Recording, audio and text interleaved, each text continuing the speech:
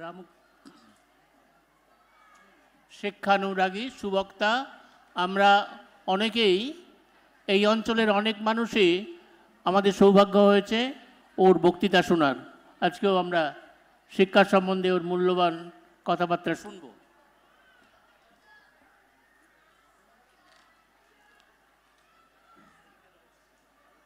এবার অধ্যাপিকা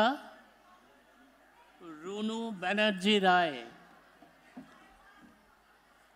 ব্যানার্জি রায়, ওর পরিচয়, উনি যাদবপুর বিশ্ববিদ্যালয়ের ইনস্ট্রুমেন্টেশন অ্যান্ড ইলেকট্রনিক্স বিভাগের অধ্যাপিকা। শিক্ষার বর্তমান হাল হকিকত সম্বন্ধে খোঁজ খবর রাখেন। অবশ্যই তার মূল্যবান বক্তব্য আমরা শুনব। আছেন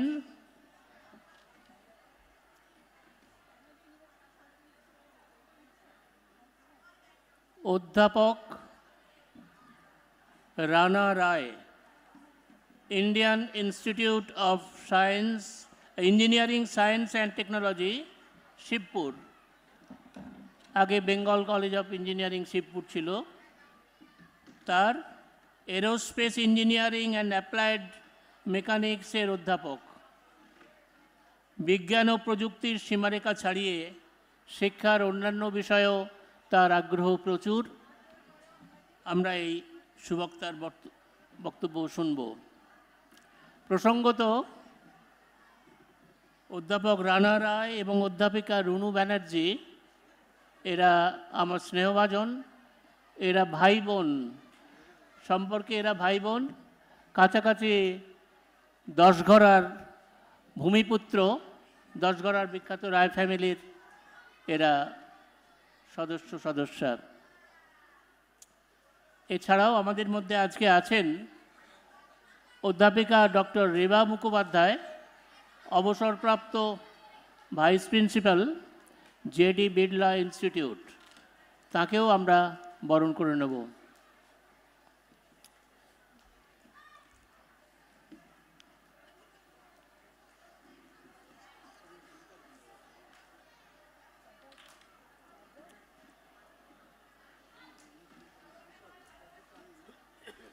আমাদের বরণ পর্ব শেষ হলো।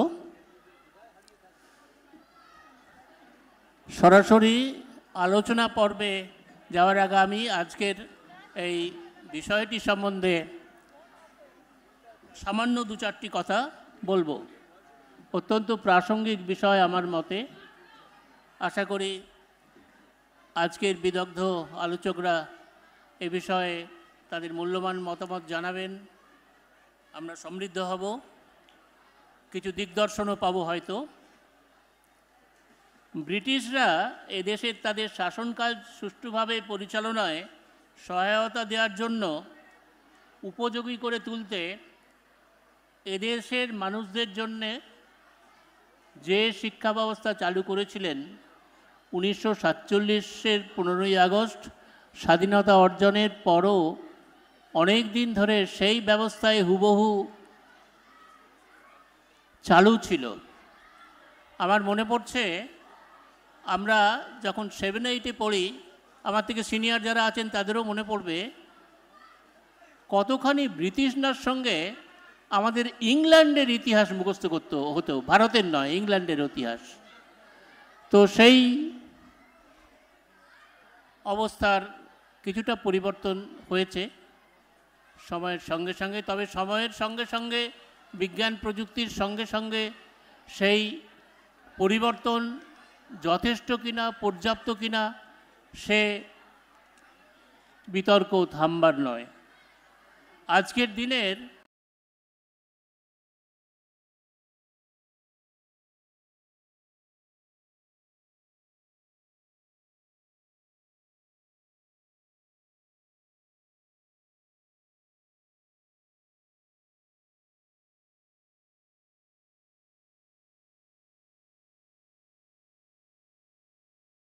কম্পিউটার নির্ভর জীবনে এবং মেশিন লার্নিং, আর্টিফিশিয়াল ইন্টেলিজেন্স বা কৃত্রিম বুদ্ধিমত্তার রমরমার দিন ছেলে মেয়েদের বিদ্যালয়ের কোন স্তর থেকে কম্পিউটার শেখানো যুক্তিযুক্ত হবে, ছেলেদের শুধুমাত্র বিদ্যে বসাই বাবু মশাই করে রাখা হবে, না তাদেরকে দৈনন্দিন জীবনযাপনের উপযোগী কিছু কৃৎকৌশলও শিখিয়ে দেওয়া হবে পাশাপাশি। আজকের মেয়েদের আত্মরক্ষার জন্য তাদেরও কিছু প্রশিক্ষণ দেওয়া দরকার আছে কিনা প্রথাগত শিক্ষার সঙ্গে, এসব প্রশ্ন কিন্তু ইতিমধ্যেই উঠে পড়েছে। পাশাপাশি আছে স্বামী বিবেকানন্দের সেই বহুচর্চিত সংজ্ঞা শিক্ষার, education is the manifestation of the perfection already in man. তার দূরদৃষ্টিতে ধরা পড়েছিল প্রত্যেক মানুষের মধ্যেই পূর্ণতা জন্ম থেকেই বিদ্যমান, সেই শিক্ষাই প্রকৃত শিক্ষা যা এই পূর্ণতার বিকাশ সাধন করে। সেই লক্ষ্যে পৌঁছতে আমাদের আর কি করতে হবে, ছাত্রছাত্রীদের মধ্যে মূল্যবোধ বিকাশের জন্যে কি করতে হবে, তাদেরকে যুগোপযোগী করে তোলার জন্যে আর কি করতে হবে, সেসবই আমরা আজকে শুনব আমাদের আজকের আলোচকদের মুখ থেকে। এইটুকু বলার পর আমি প্রথম আলোচককে ডেকে নিচ্ছি, ডক্টর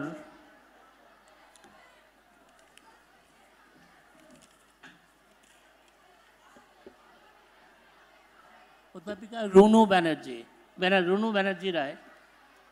আমরা ওর বক্তব্য শুনব। পরিচয় তো আগেই দিয়েছি, আর আমি অযথা কালক্ষেপ করছি না।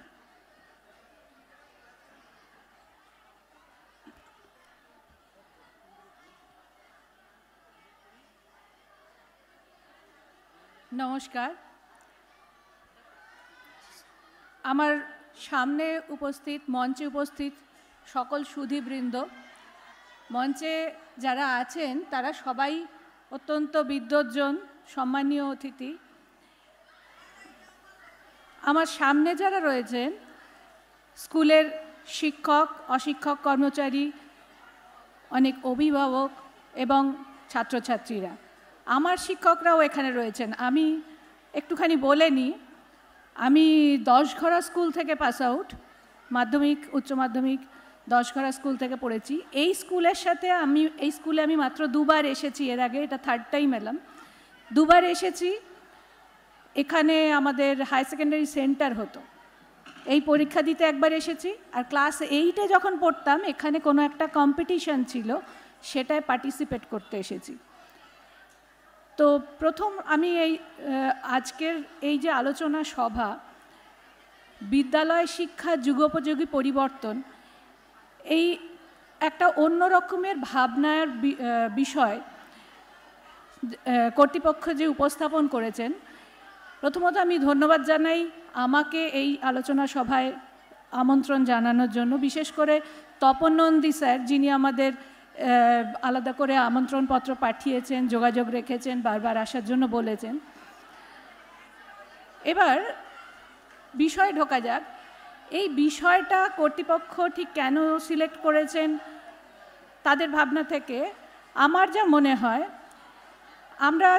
আমি ইঞ্জিনিয়ারিং ফ্যাকাল্টিতে পড়াই যাদবপুর ইউনিভার্সিটিতে, আমরা যখন কারিকুলাম রিভিশন, সিলেবাস রিভিশন করতে হয়, তখন আমরা ইন্ডাস্ট্রি থেকে লোকজন ডাকি, আরও হায়ার স্টাডিজের মানুষজনের ইনপুট নিই, সেটাকে মডিফাই করার জন্য, ইমপ্রুভমেন্টের জন্য। এখানে আজকে যারা আলোচনা সভায় পার্টিসিপেট করেছেন তাদের মধ্যে আমার জানা কেউই স্কুল শিক্ষকের মানে স্কুল একাডেমির সাথে ডিরেক্টলি কানেক্টেড নন, সবাই উচ্চ শিক্ষার সাথে যুক্ত।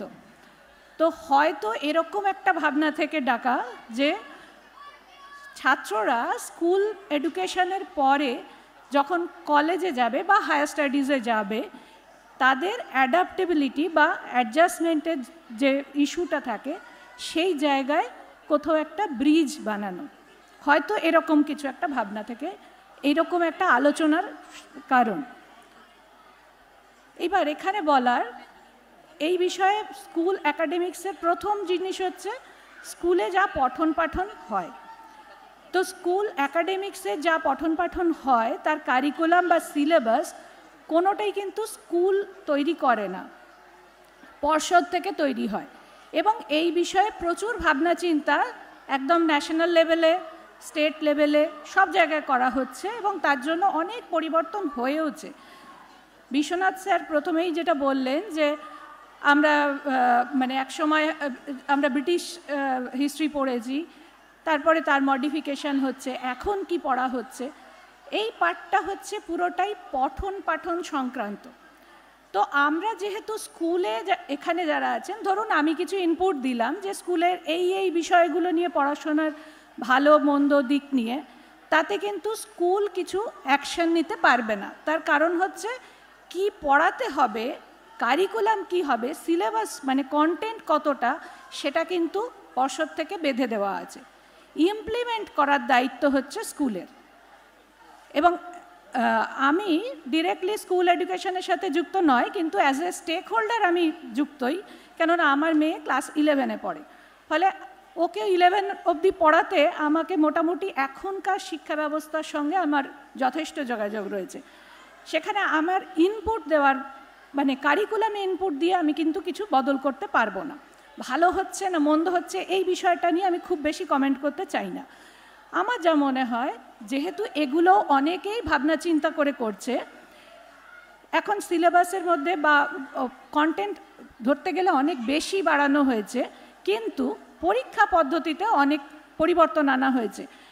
আজকেই একটু আগেই স্যারকে বলছিলাম যে আমরা যখন পরীক্ষা দিয়েছি ক্লাস 12-এর বোর্ড, তখন আমাদের একদিনে 2টো পেপার পরীক্ষা দিতে হতো, first paper second paper. First paper হচ্ছে 11-এরটা, সেকেন্ড পেপার হচ্ছে 12-এর কন্টেন্ট, এবং ফুল ভলিউম।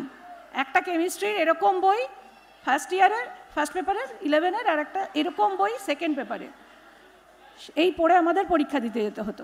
এখন সেই জায়গায় অনেকটাই মডিফিকেশন আনা হয়েছে। কেন আনা হয়েছে? পড়াশোনাটা কিন্তু শুধুমাত্র যারা ভালো পড়তে পারে, যাদের পড়ার খুব ফোকাস আছে, এটা নয়। পড়াশোনাটা সবাইকেই শিখতে হবে।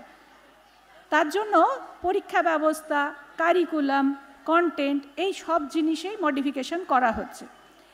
এবার স্কুল এখানে বসে কোন কোন জিনিসের উপরে একটু ধ্যান দিলে ছাত্রদের ক্ষেত্রে সুবিধা হতে পারে বলে আমার মনে হয়, সেটা আমার অভিজ্ঞতা থেকে আমার মনে হয়। আমি একদম স্পেসিফিক্যালি 3টে পয়েন্ট বলবো। আমি জানি না আমার অনেক সিনিয়ররাও এখানে রয়েছেন, আমাকেই প্রথম বক্তা হিসেবে বলতে বলা হয়েছে, তো আমার একদম স্পেসিফিক্যালি 3টে পয়েন্ট মনে হয়েছে যে খুব গুরুত্ব দেওয়া দরকার। এক হচ্ছে খেলাধুলা বা শরীরচর্চা।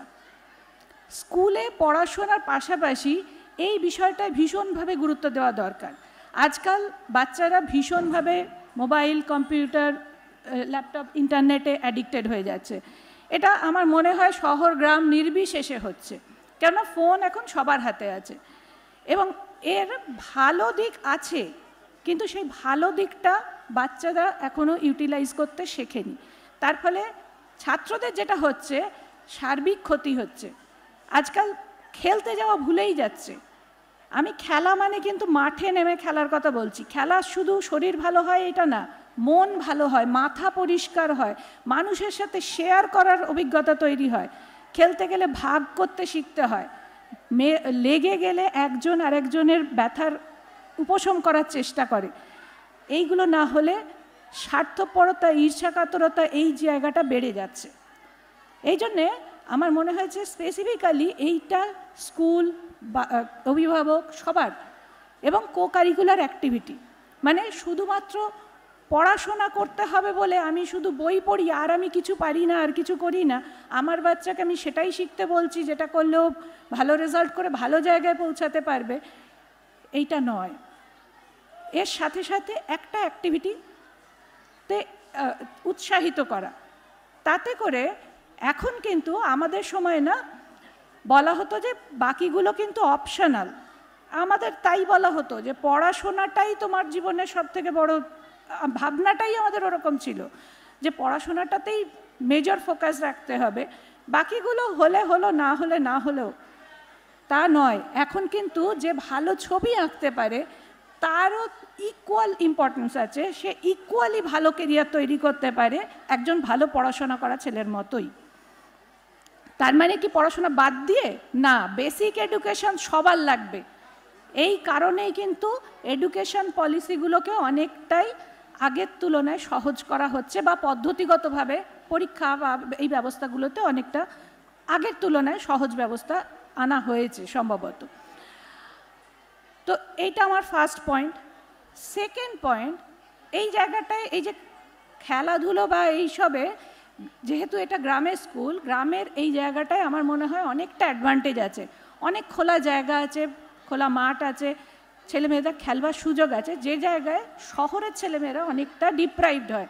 ফ্ল্যাটের থাকে, তাদের বাইরে বেরোনোর সুযোগ কম, স্কুলেও খেলার মাঠ নেই, ফলে ওদের থেকে গ্রামের ছেলেদের এই জায়গায় সুবিধা আছে। সেকেন্ড পয়েন্ট আমার যেটা বলার, সেটা আমার মনে হয় যে বিষয় নিয়েই পড়াশোনা করো, ইংরেজির ওপরে একটা গুরুত্ব দিতে হবে। ইংরেজি শিক্ষার বিশেষ দরকার। তার কারণ আমরা এরকম বলেই থাকি যে কেন আমার ভাষা কি খারাপ কিছু, একদমই নয়। নিজের ভাষাটা ভালো না শিখলে অন্য ভাষা শেখাই যায় না। কিন্তু কেউ সায়েন্স পড়ছে, কেউ আর্টস পড়ছে, বা কেউ হিস্ট্রি নিয়েই পড়ছে, কেউ ফিজিক্স নিয়ে পড়ছে, কেউ ম্যাথমেটিক্স নিয়ে পড়ছে, উচ্চ শিক্ষায় যেতে গেলে ইংরেজি দিয়েই যেতে হয়। আমাকে জাপানে গেছিলাম, আমাকে ওরা খুব অবাক হয়ে জিজ্ঞেস করলো যে তোমরা একজন ইন্ডিয়ান আর একজন ইন্ডিয়ানের সাথে ইংলিশে কথা বলো কেন, তোমাদের নিজেদের ল্যাঙ্গুয়েজে বলতে পারো না? তো আমি ওদের বোঝালাম যে আমাদের দেশে more than 121 local languages are there. তো আমাদের নিজেদের ল্যাঙ্গুয়েজ তো অনেক রকম। এই জন্যই ভারতবর্ষ হচ্ছে এমন একটা দেশ যেখানে বলা হয় যে ডাইভার্সিটি। এত ডাইভার্সিটি আর কোনো দেশে নেই। তো পড়াশোনার ক্ষেত্রে আমি যদি আমার আঞ্চলিক ভাষাতেই খুব লেখাপড়াটা শিখি, তাহলে একটা জায়গার পরে গিয়ে লিমিটেশন আসবেই। গভর্নমেন্টের তরফে অনেক চেষ্টা করা হচ্ছে আঞ্চলিক ভাষায় উচ্চশিক্ষার বইপত্র চালু করার। আমি নিজে একটা এরকম এআইসিটি প্রজেক্টের সাথে যুক্ত আছি, যেখানে পলিটেকনিকের বই ইংলিশ থেকে বাংলা এবং আরও অন্য অন্য ল্যাঙ্গুয়েজে কনভার্সন হচ্ছে। আমাকে বাংলা ল্যাঙ্গুয়েজের একটা বই দেওয়া হয়েছে করতে, এবং ওখানে যে সফটওয়্যার দিয়েছে তাতে যে ভাষায় ল্যাঙ্গুয়েজটা বাংলা হচ্ছে না, সেটা একটা খিচুড়ি তৈরি হয়ে যাচ্ছে। মানে একদমই সেটা একটা ভালো স্টেটমেন্ট, ভালো বই তৈরি হচ্ছে না। ফলে এবার আমরা কিছু কিছু বই হয়তো করলাম, কিন্তু যেখানে আটকাবে সেই ইংলিশেরই একটা বই দরকার হবে। তাই জন্য এইখানে কিন্তু শহরের ছেলেদের একটা অ্যাডভান্টেজ আছে, কেননা ওখানে অনেক স্কুলই ইংলিশ মিডিয়াম, মানে বেশিরভাগ স্কুলই এখন ইংলিশ মিডিয়াম, এবং যেহেতু ওরা ওই এনভায়রনমেন্টে বড় হয়, ওদের ওই জায়গাটায় সমস্যা হয় না। গ্রামের ছেলেদের কিন্তু ওইখানে একটা সমস্যা হয়। আমি যেহেতু যাদবপুর বিশ্ববিদ্যালয়ে পড়াই, এবং যাদবপুর বিশ্ববিদ্যালয় এমন একটা ইউনিভার্সিটি, আমার মনে হয়, বা আমার ঠিকই মনে হয় যে পৃথিবীর কোনো ইউনিভার্সিটি এত কম খরচে পড়াশোনা করতে পারা যায় না। যাদবপুর ইউনিভার্সিটিতে এখনও শুধুমাত্র মেধা ভিত্তিতে পড়াশোনা হয়। অত্যন্ত নমিনাল ফিস দিয়ে ছাত্ররা পড়াশোনা করে, হস্টেল চার্জও খুব কম। এটা পৃথিবীর কোনো ইউনিভার্সিটিতে নেই। তার ফলে আমাদের কাছে কিন্তু অনেক গ্রামের জেলার ছেলে, অনেক আমরা ছাত্র পাই। ওদেরও ওই জায়গাটা একটা সমস্যা থাকে, আড়ষ্ঠতা থাকে, মিশতে অসুবিধা হয়, হস্টেলে গিয়ে শহরের ছেলেদের সাথে ইন্টারাক্ট করতে প্রবলেম হয়। এই জায়গাটা নিয়ে একটু ভাবা দরকার। আর আরেকটা বিষয় আমার বলার আছে, সেটা হচ্ছে যে পরিবেশগত শিক্ষা। আমরা খুব নিজের চারপাশটাকে ইগনোর করি। মানে আমার ছেলে পড়াশোনায় ভালো, অতএব ওকে পড়তে হবে, ওকে সাবজেক্টগুলো পড়ে পাশ করে ভালো জায়গায় পৌঁছাতে হবে। আমরা পড়ে করবোটা কি? পড়াশোনাটার তো প্রয়োগ হচ্ছে ব্যবহারিক জীবনেই। আমি যদি পরিবেশে না সেটাকে লাগাতে পারলাম, তাহলে তো আমার সেই শিক্ষা খুব কাজে দেবে না। হ্যাঁ ঠিক আছে, একটা চাকরি পেলাম, সেটা থেকে কিছু ইনকাম হবে, জীবনটাও চলবে, কিন্তু কিভাবে চলবে? ব্যবহারিক যোগ। কেন বলছি এই কথাটা? এইখানে যারা থাকে তারা অনেক রকম, আমাদের মানে এই অঞ্চল খুব এগ্রিকালচারে যথেষ্ট উন্নত। আমি নিজে এগ্রিকালচারে রিসার্চ করি এবং আমি কাজ করতে এসে বুঝেছি যে আমাদের এই পরিবেশগত শিক্ষাটা থাকা খুব দরকার। আমাকে গতকাল আমার একজন স্টাফ ডিপার্টমেন্টে, ও নদিয়ায় বাড়ি, আমাকে কলা এনে দিয়েছে, ওদের গাছে হয়েছে, দিয়ে আমাকে বলছে যে এগুলো, এই যে কলাগুলো, এগুলো আমরা খাই আর আমি দিই, কিন্তু আমাদের যে কলা বাগানে যে কলা বিক্রি হয় সেগুলো কিন্তু এগুলো নয়, সেগুলোই অন্য জিনিস স্প্রে করা হয়, সেগুলো খুব মোটা মোটা, দেখতে খুব সুন্দর হয়। তার মানে কি, সেগুলোর দাম বাজারে গিয়ে ওজনে বেশি হয়, সেগুলো দেখতে ভালো, সেগুলো তাড়াতাড়ি পেকে যায়, সেগুলোর বাজারে বিক্রি করলে লাভ বেশি হয়। কিন্তু আমরা যেগুলো খাই সেগুলো অর্গ্যানিক, সেগুলো আমরা আমাদের জন্য ফলাই, আপনাদের সেখান থেকে দিয়েছি। আমি তখন বললাম, যেটা দিয়ে আপনারা পাকান বা ওই মোটা মোটা কলা বানান না, ওই জিনিসটা আমার একটু এনে দেবেন, আমার রিসার্চের কাজে লাগবে। বেচারা ভয় পেয়ে গেছে, দিয়ে বললো যে না, ওটা তো ওরকম বিক্রি হয় না। বললাম না না, আপনার ভয়ের কোনো কারণ নেই, আমি শুধু দেখবো ওটাই কী মলিকিউল ইউজ করা হয়, ওইটা একটুখানি নিয়ে আসবেন। তো সে আমায় কিছুতেই দিতে রাজি হলো না, মানে ভাবছে আমি হয়তো এটাকে আবার বাইরে কোনোভাবে যদি করি। কেন এই কথাটা বলছি, আমরা খুব সহজে না এই লাভ করার জিনিসটা শিখে ফেলেছি, যে কি করলে মানুষকে ঠকিয়ে লাভ করা যাবে। কিন্তু আমাদের ছেলেমেয়েদের মধ্যে বা আমাদের মধ্যে এই চেতনাটা নেই। আমি ওই কলাটা খাচ্ছি না, আমি জানি ওটায় বিষ মেশানো আছে, সেজন্য আমি অন্য লোককে খাইয়ে দিচ্ছি। আমি যে দুধটা কিনে খাই না, সেটাই অন্য লোকে বিষ মিশিয়ে দেয়, আমি সেটা খাই। সেটা আমার আটকানোর ক্ষমতা নেই, আমার বাড়িতে দুধের চাষ নেই। তাহলে আমাদের মধ্যে ওই মানবিক বোধটা নেই যে আমি যেটা করছি সেটা আমি খাচ্ছি না বটে, কিন্তু আমি যেটা খাচ্ছি সেটাও বিষ মেশানোই, তাহলে আমরা এই কাজটা ঠিক কাজ করছি না। হ্যাঁ, এইটা হচ্ছে পরিবেশগত শিক্ষা। আমরা আমাদের এই যে কিভাবে চাষ হচ্ছে, চাষের ফলন বাড়ানোর জন্য আরও অনেক পদ্ধতি আছে।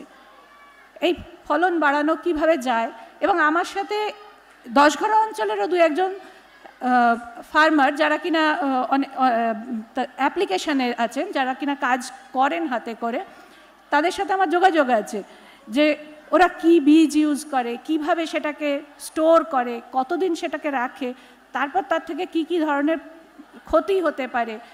তো এগুলো আমাদের মতন যারা এইসব নিয়ে রিসার্চ করছে বা বিজ্ঞানের চর্চা করছে, তারা কিন্তু অ্যাপ্লিকেশন এন্ডে নেই। আমরা বসে বুঝতে পারি যে এই জিনিসটা ঠিক হচ্ছে না, ভুল হচ্ছে, এটা ঠিক নয়, আমরা একটা যন্ত্র হয়তো বের করলাম, বাজারে এলো, আমরা শুধু সবাইকে ধরার চেষ্টা করছি কে কোথায় বিষ মিশিয়ে দিচ্ছে, কোন খাবারে। আমরা যে বাজার থেকে মাছ কিনে খাই তার মধ্যেও বিষ মেশানো। আমরা পুকুরের মাছ খাই, আমরা গ্রামে থাকি, সারা জীবন আপনি এখানে থাকবেন? আপনাকে যেতে হবে কোথাও না কোথাও, সেখানে তো মাছ কিনে খাবেন, আপনার পুকুরের মাছ পাবেন না। তাহলে আমরা এই কাজটা কেন করছি? যারা খাচ্ছে তারাও আমারই মতো মানুষ, আর আমি যা খাচ্ছি তাতেও তারা কিছু না কিছু দিয়ে দিচ্ছে। এই জায়গাটা, তার মানে কি, আমরা যদি ছোটবেলা থেকেই মানুষের মধ্যে এই সচেতনতাটা না তৈরি করি, পরিবেশগত শিক্ষা যদি আমরা না নিই, আমাদের এমন একদমই অবজেক্টিভ নয় যে আমরা যারা এখানে স্কুলে পড়তে এসেছি, স্কুল থেকে পাশ করে সবাইকে ডাক্তার বা ইঞ্জিনিয়ার বা সায়েন্টিস্ট হতে হবে, একদম নয়, সেটা সম্ভবও নয়। এই স্কুল হচ্ছে এমন একটা জায়গা যেখান থেকে ওই ডাইভার্সিটিটা তৈরি হয়। আরও 20 বছর পরে ফিরে এলে তখন স্কুলের বন্ধুরা দেখতে পায় কেউ ডাক্তার হয়েছে, কেউ ইঞ্জিনিয়ার হয়েছে, কেউ স্কুল টিচার হয়েছে, কেউ বিজ্ঞানী হয়েছে, আবার কেউ খুব ভালো গান গায়। আমরা যে জায়গায় পড়াই সেখানে সবাই ইঞ্জিনিয়ারিং পড়তেই আসে, আমার ডিপার্টমেন্টে যারা আসে তারা একটা বেসিক ডিগ্রি করতে আসে, তারপর তাহলে কী হলো, সেখানে সবাই ওইটাই পাশ করতে আসে, ওটাই পড়াশোনা করতে আসে। কিন্তু স্কুল তো ডাইভার্সিটির জায়গা অনেক বেশি, ওখান থেকেও যে হয় না তা বলবো না। আপনারা অনুপম রায়ের গান শোনেন, অনুপম রায় আমাদের ইউনিভার্সিটির গোল্ড মেডেলিস্ট এবং টেক্সাস ইনস্ট্রুমেন্টসের চাকরি করতো, খুব ভালো কোম্পানির চাকরি। ওর প্যাশন রাখার জন্য ও চলে এসে গান বাজনা করছে, এবং এখন তো সিঙ্গার হিসেবেই সবাই চেনে। তো সেগুলো দু একজন হয় এক্সাম্পল, কিন্তু স্কুলে সবাইকেই বেসিক এডুকেশনের জায়গাটা সবার থাকতে হবে। বেসিক এডুকেশন থাকতে গেলেই এই বেসিক জিনিসগুলো কভার করতে হবে। আমি একদম অ্যাকাডেমিক্সের ওই পার্টটা বাদ দিয়ে গেলাম, কেননা ওটা আমরা এখানে দাঁড়িয়ে দাঁড়িয়ে কিচ্ছু চেঞ্জ করতে পারি না। যেটা আমরা পারি সেটা হচ্ছে যে গাইডলাইন দিয়েছে পর্ষদ, প্রায় প্রতিনিয়ত চেঞ্জ হচ্ছে। এই বছর 2024 থেকে ক্লাস 12-এর চেঞ্জ হয়ে গেল, এক্সাম প্রসেস চেঞ্জ হয়ে গেল, তার জন্য পড়াশোনার পদ্ধতিও চেঞ্জ হলো। এবার এটা ইমপ্লিমেন্ট করবে কে? সেটা তো স্কুলকে করতে হবে। সেখানে স্কুলের কতটা পোটেনশিয়াল আছে, টিচার সাপোর্ট কীরকম আছে, সেই জায়গাটা থ্রাস্ট। কিন্তু আমি যদি বলি যে না এই সিলেবাস দিয়ে ভালো কাজ করেনি বা এগুলো বদলে দিলে খুব ভালো হবে, সেটাই কিচ্ছু কারোর যাবে আসবে না, কারণ ওটা বদলানোর আমরা এখানে দাঁড়িয়ে দাঁড়িয়ে কেউ করতে পারবো না। কিন্তু যে জায়গাটা আমরা করতে পারি, আমার খুব স্পেসিফিক্যালি এই 3টে পয়েন্ট মনে হয়েছে স্কুলের জন্য এবং আমাদের গ্রামীণ স্কুলের জন্য। এক হচ্ছে খেলাধুলো, শরীরচর্চা, মন ভালো করা। 2 হচ্ছে ইংলিশের ওপরে একটা থ্রাস্ট, সেটা আমার মনে হয়। আর 3 নম্বর হচ্ছে পরিবেশগত শিক্ষা। আমার চারপাশে যে চাষাবাদ হয়, যে মাছ চাষ হয়, যে ফুলের চাষ হয়, যে পশু পাখিরা রয়েছে, তাদের সাথে আমরা কতটা রিলেট করতে পারি, তাদের বিষয়ে আমরা কতটা নলেজ রাখি, বাচ্চাদেরও সেই বিষয়ে আগ্রহ জন্মানো, এই জায়গাটা মনে হয় বেশ গুরুত্বপূর্ণ।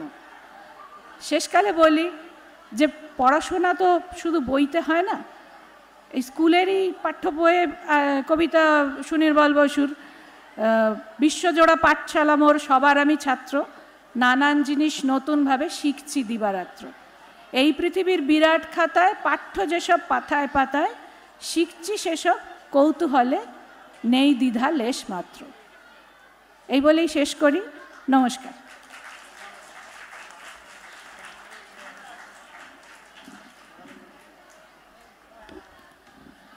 বিশ্বজোড়া পাঠশালা মোর,